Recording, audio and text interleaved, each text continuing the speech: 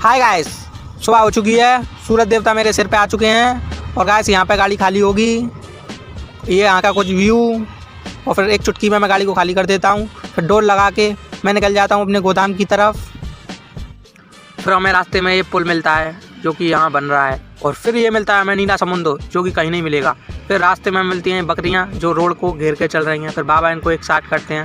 फिर मैं निकल जाता हूँ अपने गोदाम की तरफ। फिर गोदाम पे पहुँचने के बाद मैं करता हूँ नहाने धोने की तैयारी। टक टक।